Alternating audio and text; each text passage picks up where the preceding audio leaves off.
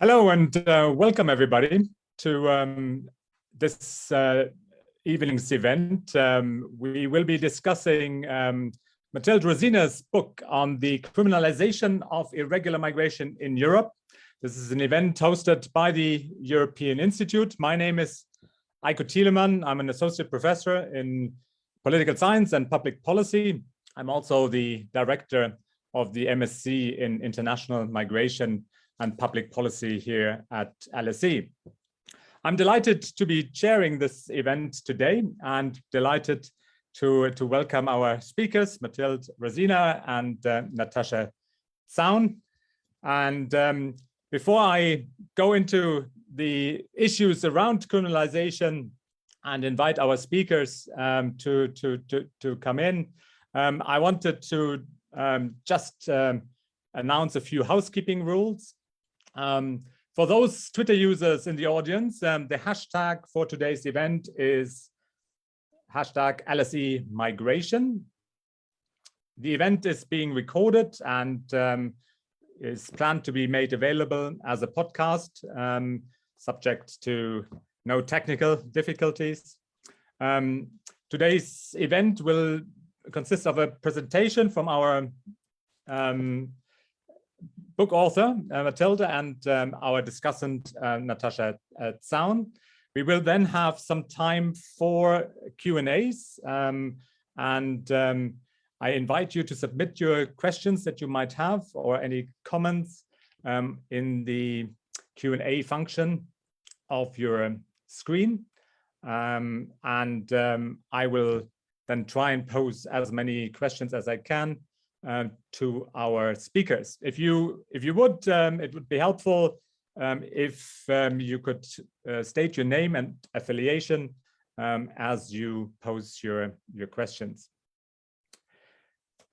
So the issues around the criminalization of migration are without any doubt on the top of the political agenda. Here in the UK, of course, we don't need to look any further than the Nationality and Borders Act that is going through Parliament as we speak.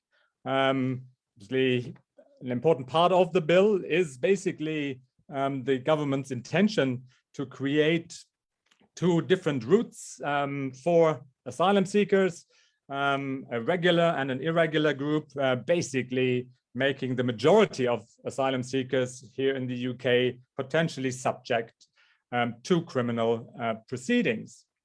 Of course, tonight we will discuss the criminalization of migration in a wider European context.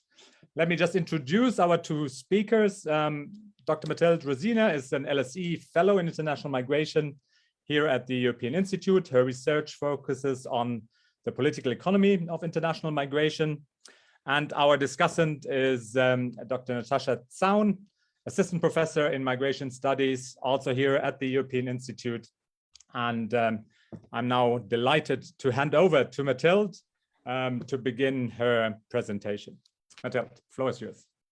Thank you very much, Eiko, for your kind introduction, and to all of you for being here despite the very nice weather. So can I just check that you can see my screen? Yes, perfect. So as Eiko was mentioning, I will present today my book that was just released, which is on the criminalization of irregular migration in Europe. And first of all, I want to start by really outlining what I mean by criminalization, because this word has been used is used in different settings. So when I speak about criminalization, I take a narrow definition and I refer to it as the adoption of criminal sanctions against irregular migration. So basically, most EU member states have the so-called, have in place a crime of irregular migration. So you can see here a map of the member states having either a crime of irregular entry or stay.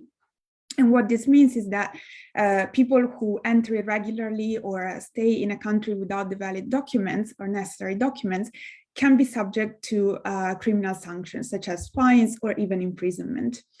So in my book, I focus on two key EU member states, specifically Italy and France, to address the following key research questions.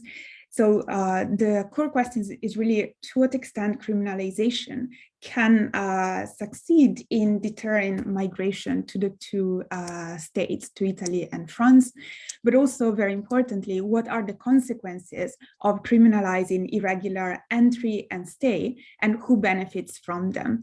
And although the analysis is on Italy and France, hopefully it can have relevance for countries beyond those two analyzed. Now, if we just consider here, as the first question says, I consider criminalization as an example of a deterrent strategy. So those strategies that really aim to discourage migration by increasing the costs associated to it. So in the case of criminalization, by, for instance, increasing, the sanctions foreseen for it. So if we go back to this slide for a second, as I said, I focus on Italy and France, and the two countries have very high sanctions in place for irregular migration. So on one hand, we have Italy, which foresees a fine of between 5 and 10,000 euro for anyone who enters or stays irregularly in the country. On the other hand, France foresees a slightly lower sanctions, which is roughly 3,700 euro, but also a 1-year imprisonment.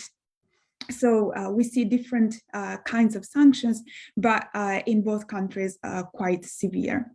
So my study is inserted in the, from a theoretical viewpoint, the study is inserted in the international political economy debate concerning the role of the state in migration governance, and to what extent the state is still the key actor in really governing migratory flows, or whether its role is declining in light of increasing globalization. So here the debate is articulated among three main schools of thought. That is, on one hand, realist scholars who tend to argue that the state is still plays a key role and can still control entries and exit from its territories.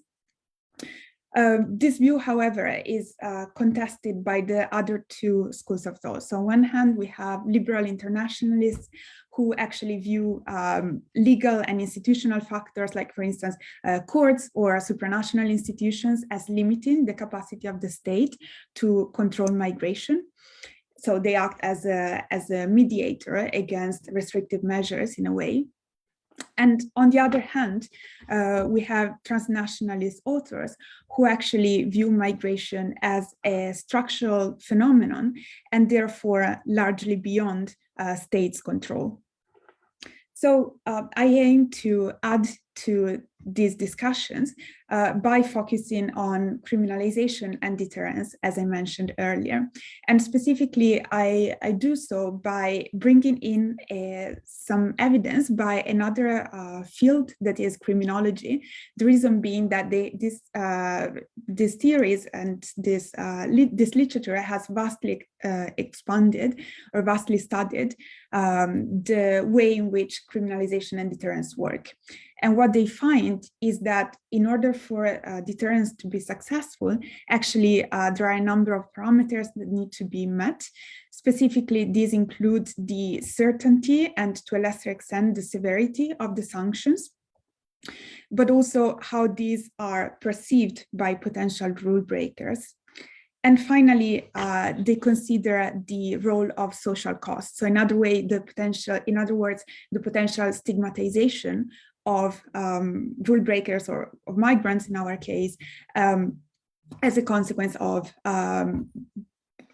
being criminalized and infringing a law. So in this context, the literature has often noted a gap between the stated goals and the actual outcomes of migration policies. And this is what is referred to as the policy gap hypothesis. Now, this is a very influential hypothesis in the migration studies literature. However, I follow the approach taken by Zaika and De Haas, and specifically, I focus not so much on the distance between the stated goals, so politicians' rhetoric and the actual effects, but rather on three different sets of policy gaps. And I will show you how. Basically, following Saika and De Haas, I distinguish, first of all, the discursive gap, which is between the politician's rhetoric and how a law is written down on paper.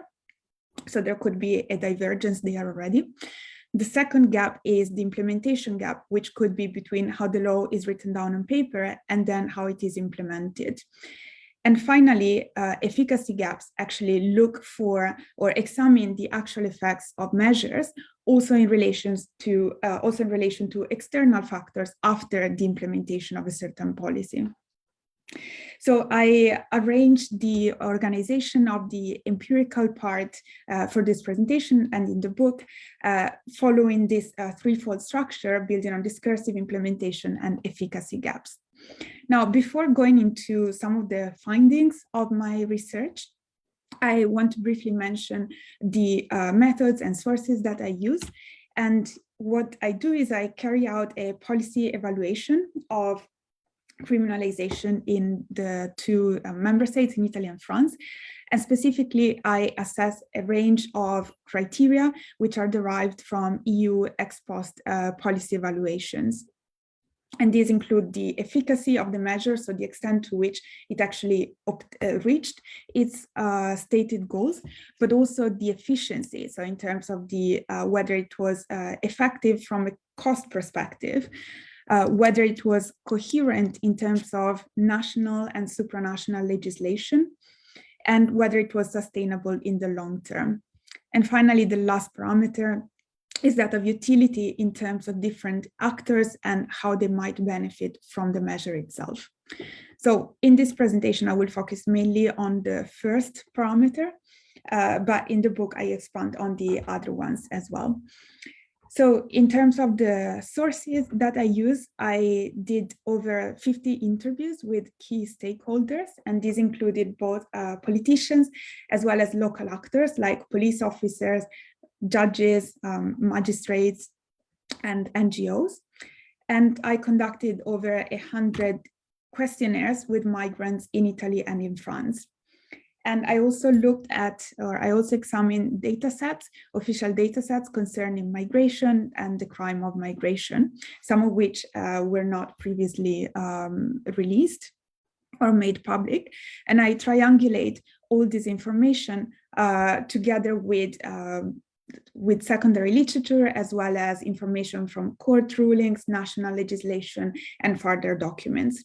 So I triangulate these different sources in order to increase the validity of the findings.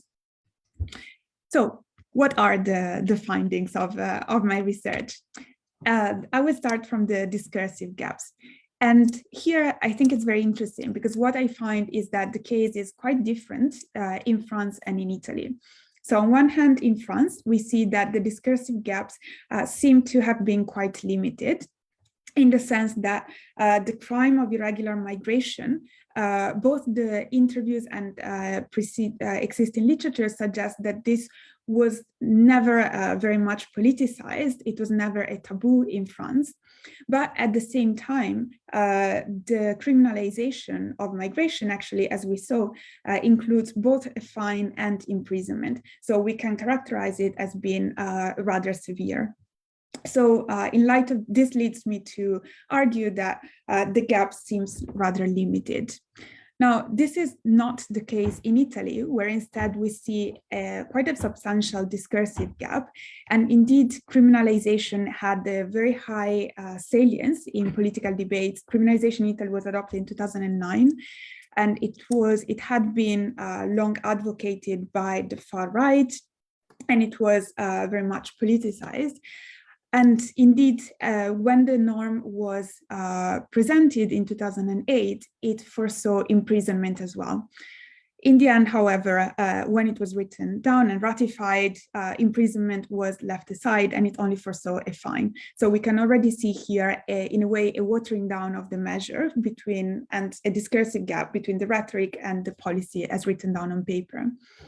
Now, what I think is interesting, however, is that criminalization was also paralleled 1 month after its adoption by a regularization of roughly 300,000 migrants in Italy.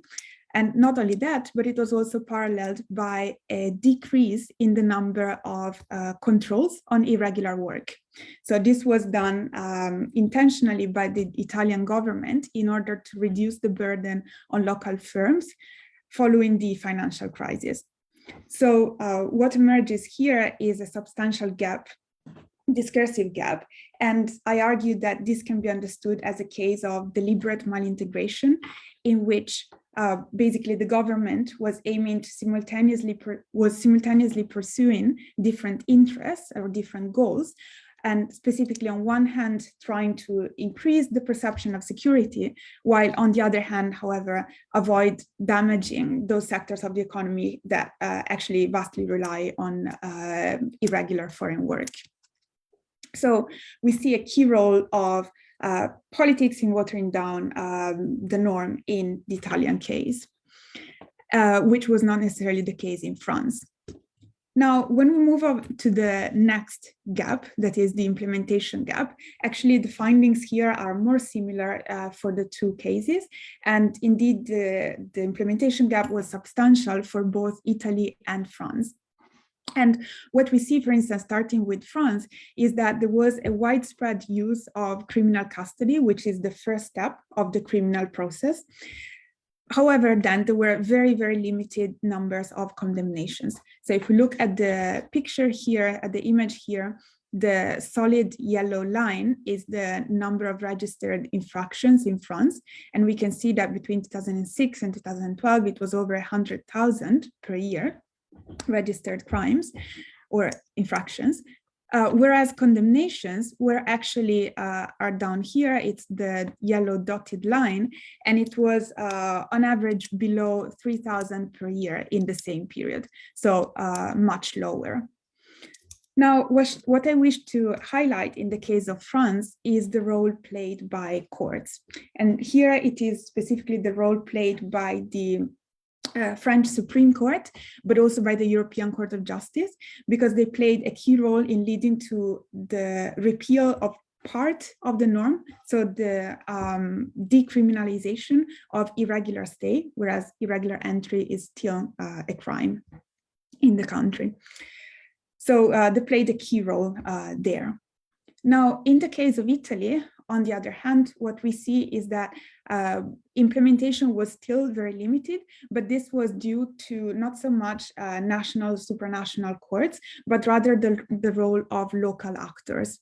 So here, a lot of the actors I interviewed, like police officers or judges, were telling me how they were just looking for ways to set aside those cases or turn a blind eye on those cases, really, to avoid implementing the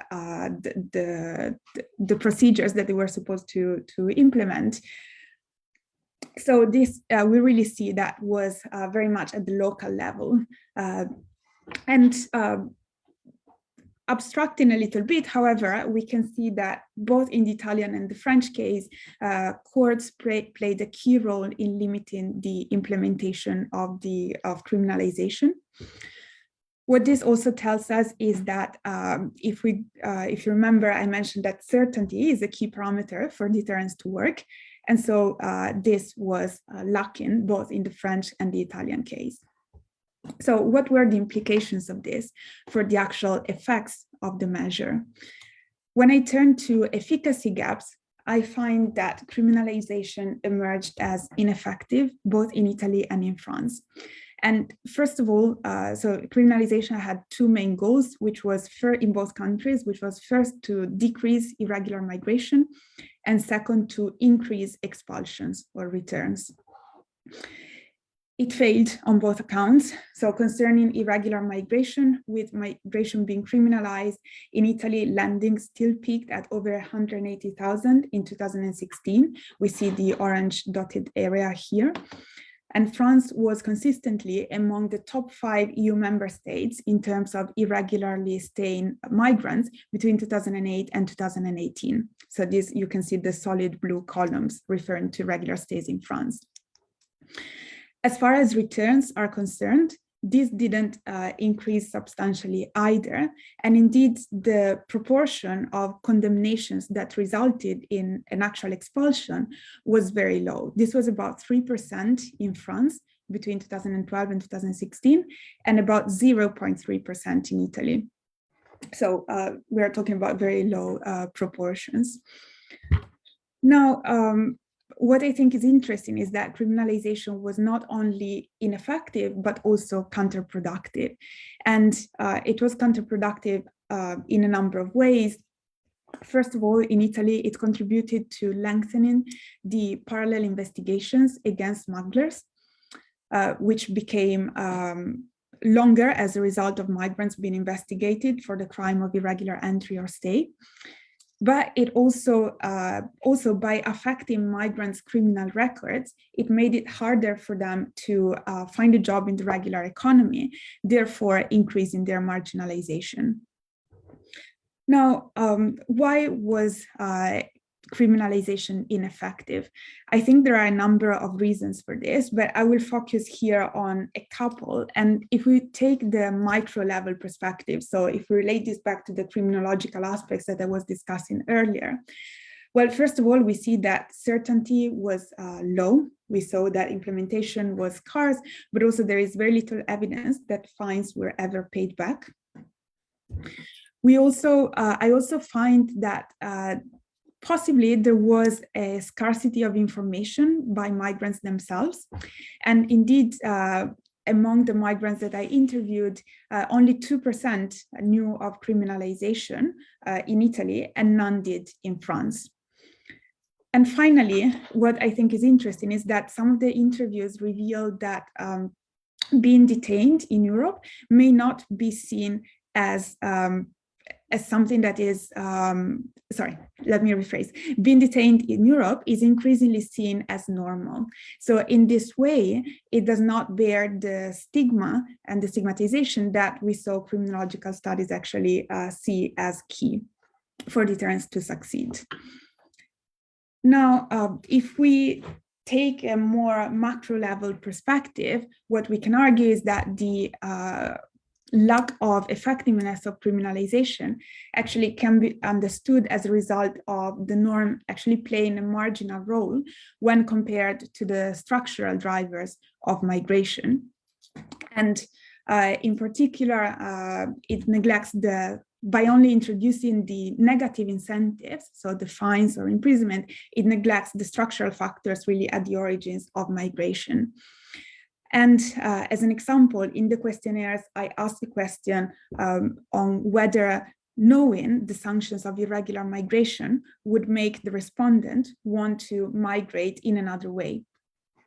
And 70% of the respondents said no. So knowing the consequences or the sanctions against migration wouldn't make them want to change the way in which they migrated.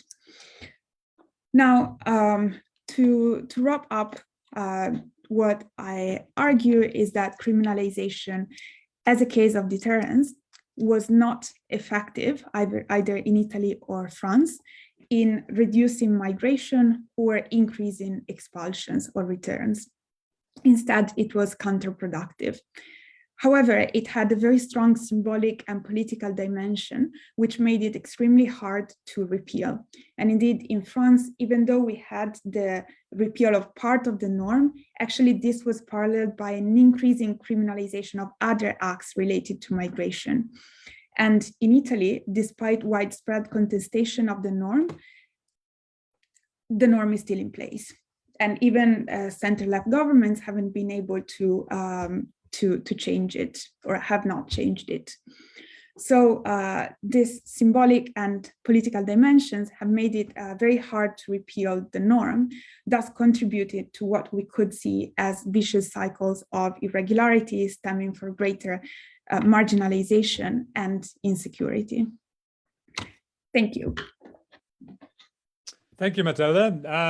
Very clear, very succinct account of what is a very rich text, which I had a chance to look at already. For those of you who want to have that look, you will have seen in the chat, there's an opportunity to buy it and get a discount for it. So check out the chat for the details. Obviously, your summary also raises a number of interesting questions for a lot of us, I'm sure. To set us off on some of these questions, I'm happy to hand over to Natascha Zaun, who has kindly agreed to act as the discussant of today's event. Natascha, over to you. Yeah, thanks a lot, Eiko. Yeah, so this is a great book, and I can only recommend you all to read it if you haven't done so so far. So as Matilde has shown in her presentation, she's assessing the impact of criminalization on migratory movements. So kind of, is criminalization an effective deterrent of migration flows? And then kind of also, what's the impact of people and more on the impact on the migrants more generally and kind of, yeah, more widely. And in doing so, as we've seen, she really bridges debates in international political economy with criminology, which is quite innovative. And what I also find quite innovative is that she really brings in the perspectives of both policymakers and elites and migrants themselves. That's also something that we have very rarely, I think, in research. And I think that's really original. So yeah, and I have a couple of questions. So my first question would be, and that's something actually, Matilde, that you do in the book in the end, I've seen, but it would be nice to ask you again, what do you think are the main lessons that policymakers can draw from your book? Because obviously, I mean, this is research that is very relevant to policymaking as well.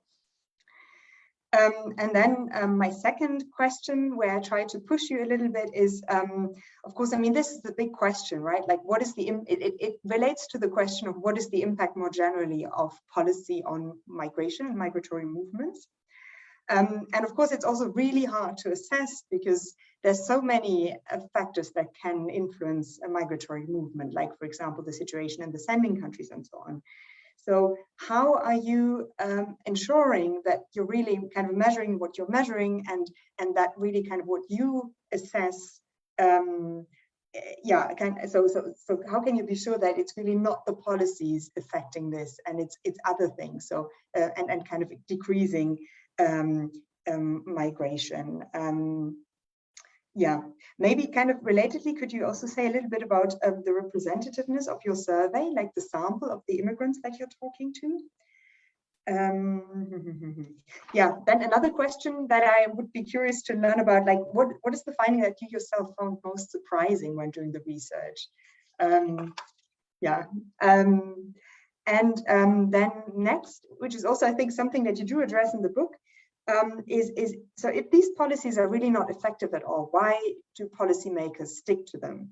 Like, why are they in place? Shouldn't we have abolished them, or shouldn't they be abolished already?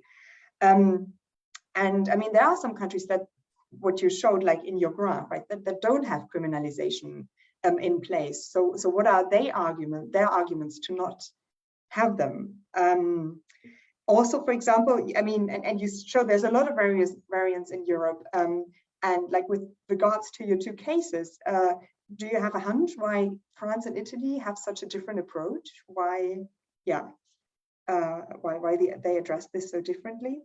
And then finally, just something that I found really interesting from your book, and there you discuss it a little bit, is that you say that, for example, in Italy, I think there's a difference between the perceived dimension of irregular migration and the actual dimension. And this is something when engaging with students, I mean, yeah, you can't be really, I mean, the numbers on irregular migration are always problematic. But students are usually quite surprised when they see how small the number of irregular migration in Italy still is, kind of in light of the debate.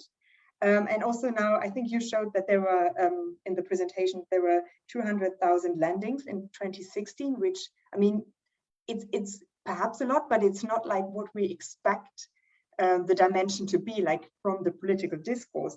And so I wonder, could that also contribute perhaps to kind of the discursive gap, and to like the discourse being kind of, yeah, about this kind of, we need to be so restrictive because, yeah, we define this as such a big problem. I mean, then you have to do something. That was just something that was crossing my mind, but I found this also really, really interesting. Okay, and I think that's my questions, and I'm, yeah, very curious to hear what you think.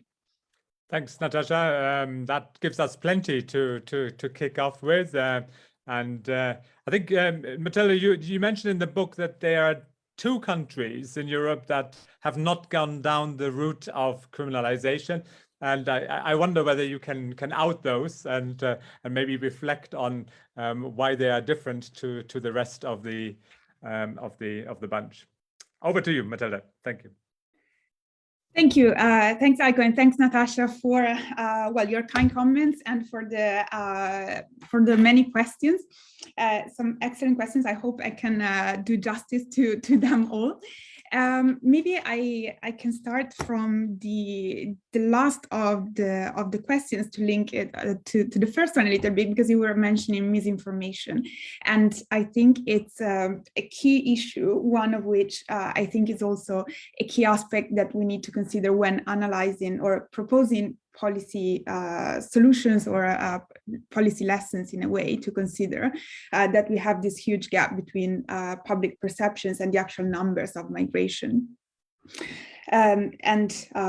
Just as an example, the literature stresses that the number of overstayers has been much higher than the number of entries, perhaps until 2015, but that was not necessarily reflected in the public debate as much as landings were. So trying to go back to your questions, your first question was about the lessons for policymakers. And well, I think the first lesson is that criminalization is not working, but it has detrimental effects. And not only that, but that it starts in a way what I see as a sort of a vicious cycle, you could say, of insecurity, in which you have more spiraling criminalization because of public demand for it, as you were saying.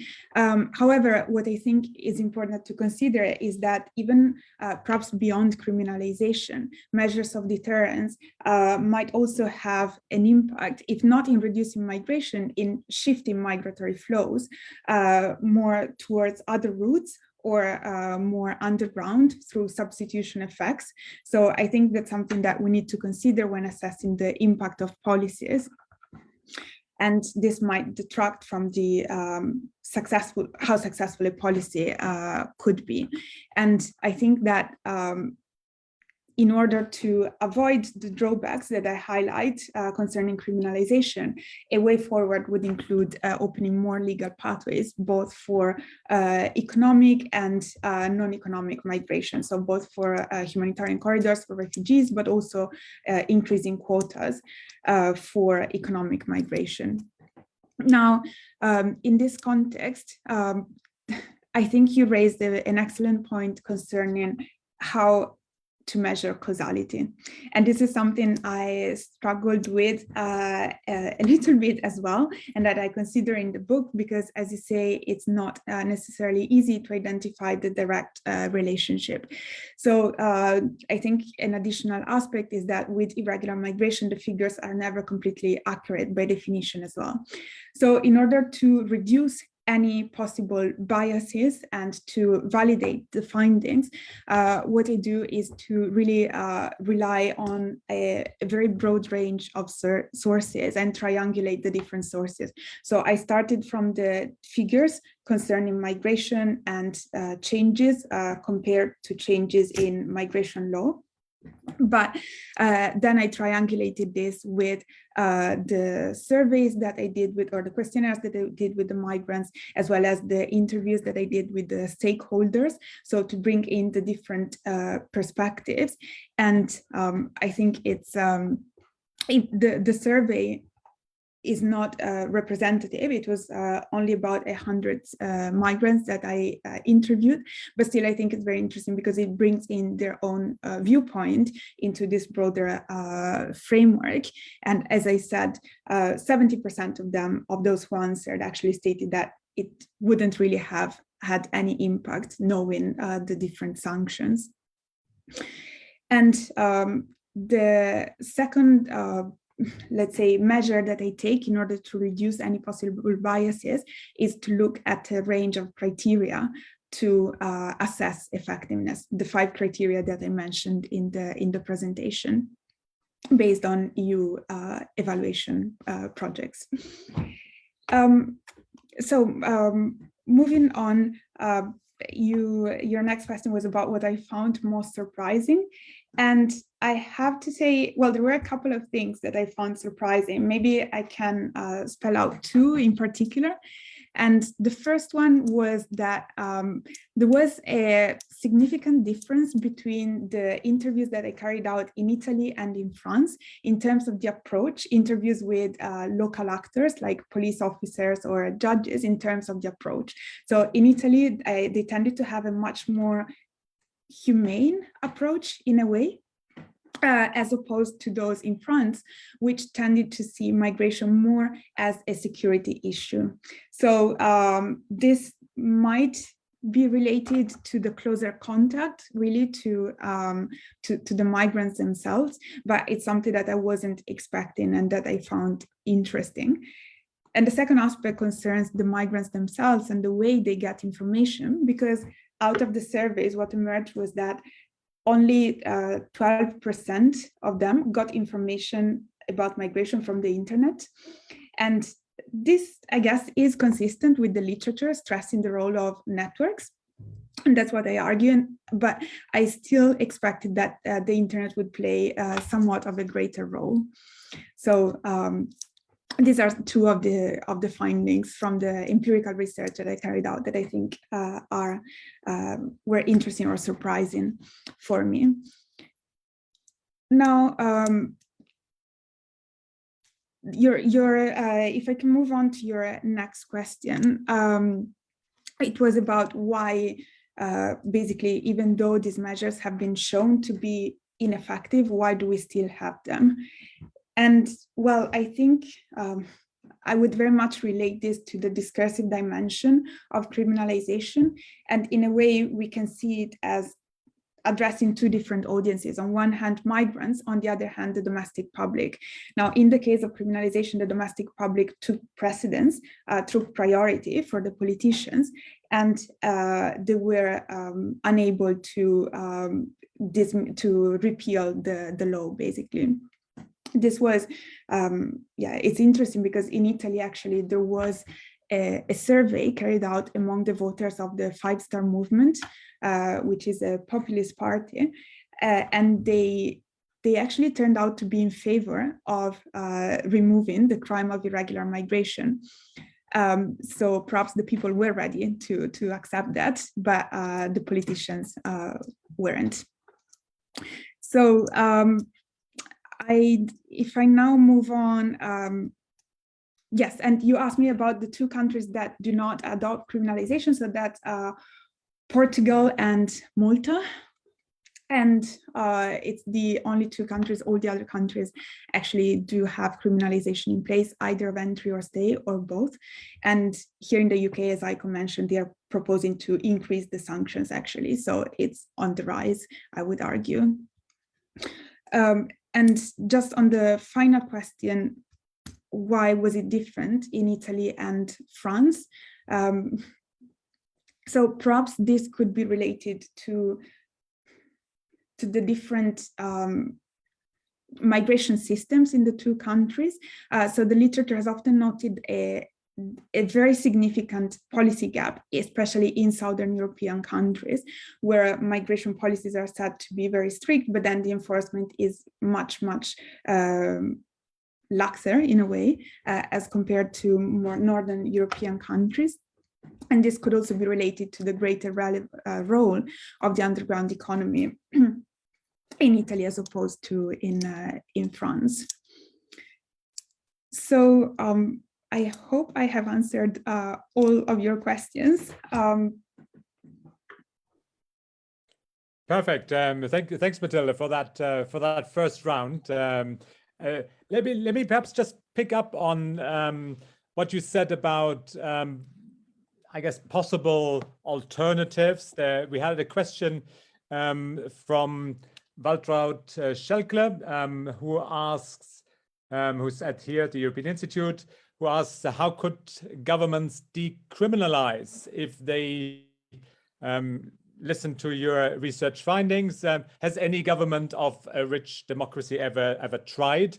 So in a way, it goes back to the question of what can we also learn from the outliers, right? You mentioned Portugal, you mentioned Malta.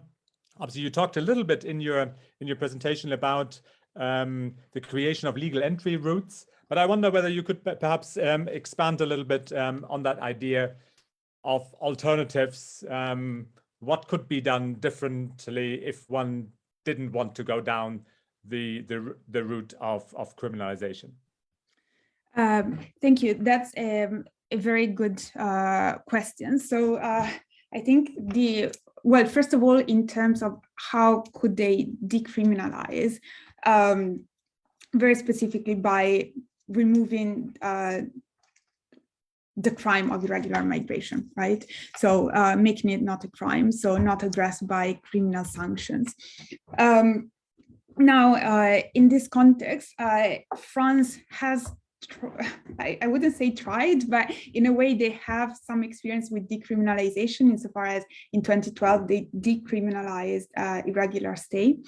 However, this, I would say, was not necessarily successful in the sense that they also increased parallel crimes. So they introduced new crimes, such as the crime of staying after a certain measure was, after an expulsion order was issued.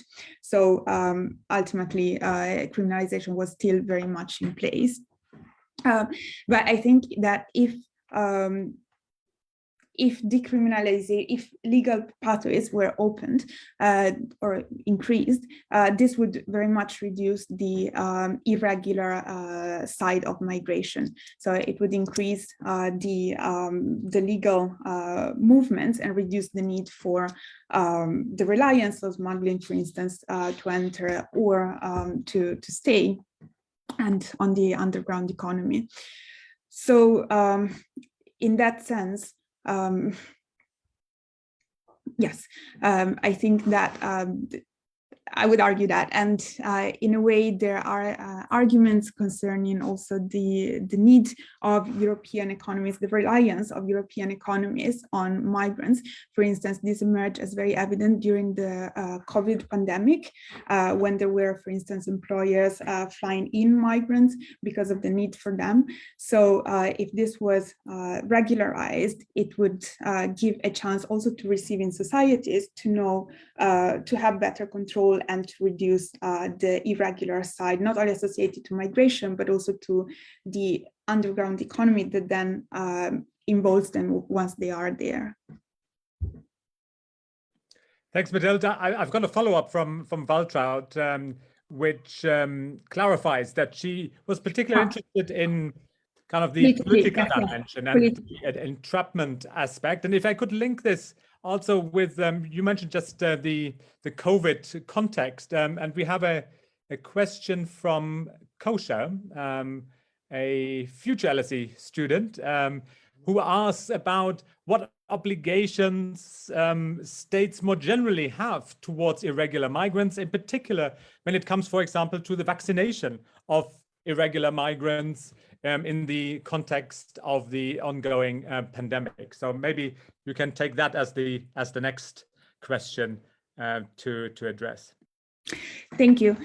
So concerning the first question, how to decriminalize from a political viewpoint, I think this goes back to what Natascha was saying. That is something that I mentioned also in the conclusion of the book, that is to say that we have substantial misinformation today in European countries. And we have surveys that show that the public vastly overestimates the number of migrants present on their own in their own countries, for instance. So I think that decriminalization would need to be paralleled by in a way, a strategy to inform the domestic public. So there is a lot of talk about information campaigns for the migrants, but maybe, in a way, maybe they should be for the public as well, to really, to really show, first of all, the need, as I said earlier, for migrants' work, but also show the consequences that not doing so could have. And so I think that would need to be paralleled, to go in parallel with the political decriminalization of migration.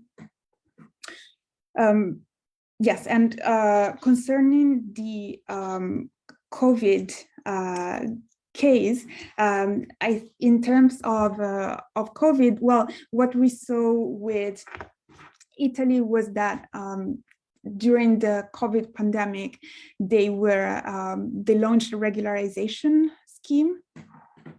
So they, well, yeah, as I was saying earlier, they launched the regularization scheme, very much driven based on research that I'm conducting together with Eiko on the needs for the employers who actively asked for these measures in order to have workers. And I have to say about the vaccination needs and other specific obligations, I have to look into that, but I'm happy to, if you want to email me, to have a conversation about that. Perfect. Thank you. There are a couple of questions that kind of relate to the themes around the political economy literature. Vegard Valberg, if I pronounced the name correctly, asks about the relevance of the varieties of capitalism debate to your findings, and whether, I guess, different, types of kind of liberal versus market economies or social democratic countries could be expected to respond differently to irregular migrants, and whether that could be kind of an added dimension to the analytical puzzle that you pose. So why don't you take that one? Yes, thank you very much. I think that's a very interesting question that I have not discussed in the book, but it's something I would like to look more into, certainly in the future. But I have to say, I have not considered that yet. I wonder whether I could follow up with a question of my own Yes. on this. So at the end of your book, when you talk about alternatives to the criminalization of irregular migration policies, you talk on the one hand about the creation of legal entry routes, and I think that's a very kind of persuasive and often made claim and call. But you also talk about potentially the need to, and let me just see to get that right, the need to strengthen the enforcement of labor control measures, and I presume you're talking here about the need to, I guess, engage with the phenomenon of the black market, the black market, or the gray market in countries like Italy and so on. But I guess the question that one could ask is whether, in a way that might just shift the problem, right, from, I guess, the deterrence of migrants to come to the country, to perhaps, I guess, deterring them from entering the labor market, or creating rules to keep them out of the legal right to work. And so I wonder whether you could maybe elaborate a little bit on that aspect, which I guess again goes to the core of I guess labor market needs and the relationship to I guess migrants, legal and irregular, in different economies of Europe. Thank you, Eiko. Sure. So, well, I think it's related to. So when I suggest the enforcement of stricter labor control measure, for instance, as I said earlier, right, in 2009, these were reduced. So I think the key problem here is that very often the underground economy has been found to be a pull factor for migration itself. So actually studies by Raineri as well as others show that the Southern European countries tend to be more attractive for migrants as opposed to Northern European countries, for instance, because of the greater facility with which they can find employment there in the underground economy. So I think because of that reason, it's particularly important. And let me be clear, of course, underground economy that is not created by the migrants, but pre-exists, right, in those systems. Now, I think that with greater enforcement, it would need to go together with the greater enforcement of labor control would need to go together with the enforcement of labor control for citizens, so rather than only for migrants. So having more controls on the irregular employment and having more enforcement of those controls, basically. So if they were done in parallel, I don't think it would necessarily work out against migrants' possibilities of employment. And also, I think it's important to recall that with what may be a greater possibility of employment, actually very often also come up issues of exploitation, and so it's something that needs to be addressed. Thank you. We have a very topical question from Anthony Vallian, a LSE alumni, and he basically raises the issues around irregular migration and refugees. And in my introduction, I talked about, I guess, regular and irregular routes, right, for protection seekers. And Anthony is asking, are you aware of any links between the number a country takes, so that's kind of refugee resettlement, and the discourse and criminalization of irregular migrants and asylum seekers? So here, I guess, the question is about the relationship between, I guess, legal routes or regular routes, as the UK government is trying to call it, and I guess the control of those asylum seekers who are deemed to come through, I guess, less regular access routes. Sure. So in a way, if those who take more refugees then are also stricter on irregular migration. I think that's a very interesting question. What I can say is that the UNHCR actually shows if you go on the UNHCR website, they show that the need for resettlement is actually much higher than what is currently done by states. So I think states currently resettle about 4% of the overall need for resettlement globally. So it is very low, and most refugees are in neighboring countries, tend to be neighboring countries, most of them in the Middle East, for instance. In that sense, it is very low. And I think also in terms, even beyond refugees and humanitarian corridors, which, even beyond humanitarian corridors, quotas have tended to decrease in recent years. So I think that's the second aspect to keep in mind, that they should also increase in parallel. Thank you. A question from Nina Vulajavi, our colleague here in the European Institute. She asked, you mentioned the counter effects of criminalization of entry and stay. could you talk more about them? What kind of financial costs do these cause to receiving states? Yes, thanks, Nina. So in terms of the cost of criminalization, criminalization does have a number of counterproductive effects in terms of cost, I think, and that is for a number of reasons. First of all, it causes the duplication of processes and procedures. So if you take Italy, for instance, because of basically procedurally, you need to process migrants both on the administrative side, leading to apprehension and expulsion, but also on the criminal side. So these two leading to the fine. So these two processes go in parallel. And as you can imagine, this brings to an overwhelming of the public offices and an increase in the costs for them.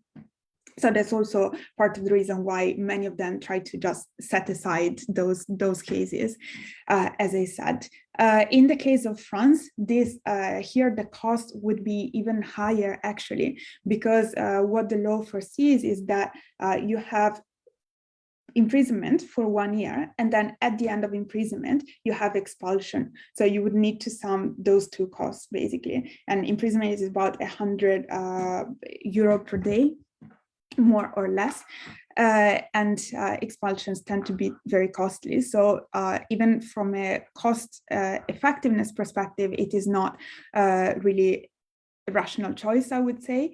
And this is, one could argue that fines paid back could make up for revenues for the state in a way, but there is no data showing that these fines are actually paid. And indeed, if we think about the migrants, they're often in situations of very little availability, financial availability. So it's, most of the interviewees were of the opinion that these fines are never paid. Thanks, Matilde. I'm looking at the clock here. I think we have time maybe for one final question. A former student, Teodora Marinesco, I remember Teodora, hello, asks whether there were any patterns in the responses of those who said that they would have migrated even if they had known about the consequences of criminalization. So patterns in terms of country of origin, and whether that might tell us something about the kind of risks that migrants are, I guess, trying to escape from. So if you could answer that in 30 or 45 seconds, that would be great, Matilde. Okay, absolutely. So I will try to be quick.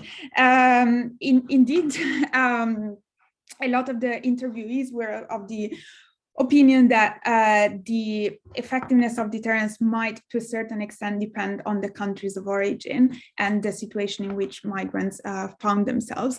I have not looked at the different countries of origin of the migrants answering this. However, I do have the data, so I'm happy to go back to that, and we can be in touch by email, because that's something very interesting that I can easily look at.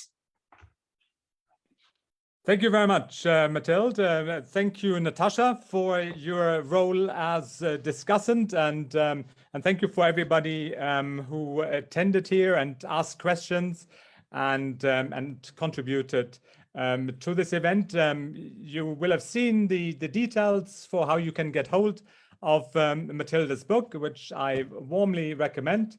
And let me thank you all again. And I hope that we will see you at some of our future events in due course. All the best. Have a very good evening, and goodbye for now. Thank you, Eiko, and thanks, everyone. Thank you.